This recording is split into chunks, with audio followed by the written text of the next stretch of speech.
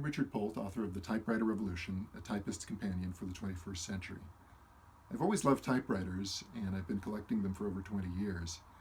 But in the last 5 years, I've been using them increasingly, and I've been finding out about people who are doing all kinds of creative things with them. So the book is about what people are doing with typewriters today, and if you want to get involved, how you can find the right typewriter for you, how to use it, and how to take care of it. Your first step is to put your paper in. So here's my tip. First, you want to flip the piece of paper over and put it in behind the platen, which is the rubber roller. The paper release should be closed when you put it in.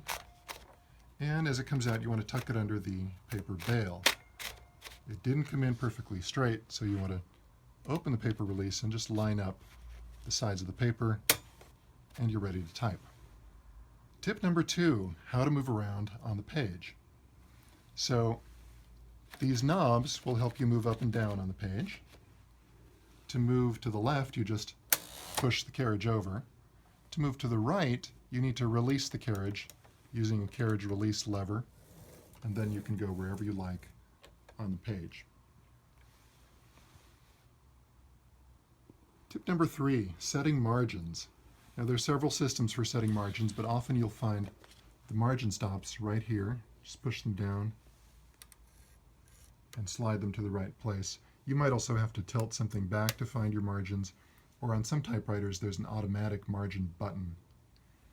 Once you've set your margin, that's where you're going to stop on the left, and as you approach the right margin you'll hear a bell, and then you'll stop. If you want to move past the margin, that's what the margin release key is for, and that allows you to go past where you've set the margin. Number 4, typing.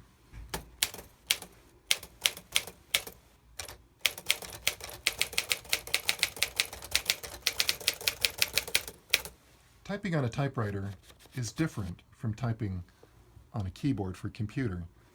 The keyboard on a typewriter is more sloped, and you need to use more vertical motion and use a little more force.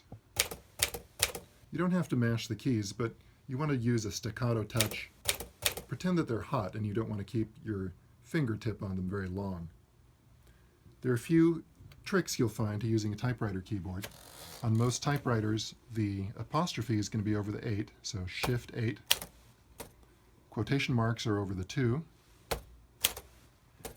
And this one has an exclamation mark, but if yours doesn't, you can do apostrophe, backspace, and period, and make your own exclamation mark. This one also has a numeral 1, but if you don't have a 1 on your typewriter, you just use a lowercase l.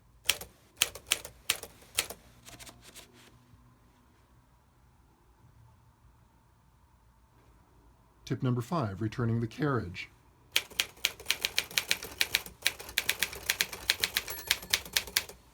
You hear a bell when you reach the end of the line. The reason for that bell is that traditionally typists wouldn't necessarily be looking at what they were typing, they would be looking at some text that they were copying, so they needed an audio cue. When you reach the end of the line, that's what your carriage return lever is for. You simply push that to the left, it will move the paper up and bring you back to your left margin.